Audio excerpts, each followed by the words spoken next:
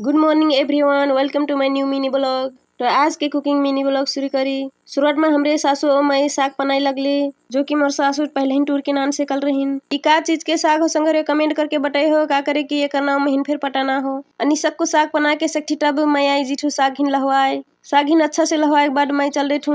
अनि हेरो एक टीना पाक नहीं सेकल रहा, दोसर टीना के तैयारी हुई लागत। मोर छावा हिन साग नहीं मिठ लगथिस, बस कुंदरू के टीना काट देहे लागल। कुंदरू काट कुट के रेडी करत अनि आलू के लछरा मिला के ढो ढा के फिर तैयार कर देठू। अनि तेल ओल पका के हल्दी उर्दी डरथू और पहले छोटे सरकार के लग तरकारी पकाए लगठू। तब जाके चटनी उटनी डाल के अच्छा से मिला के भुटनू। एक छिन पाछे पानी फिर डाल के पकाइनू। एक छिन रह के टीना फिर तैयार हो जाठ, बस मैं खरिया में अखना देठू। तब जाके फिर वही कढ़ाई में तेल ओल पका के साग फिर डाल देठू।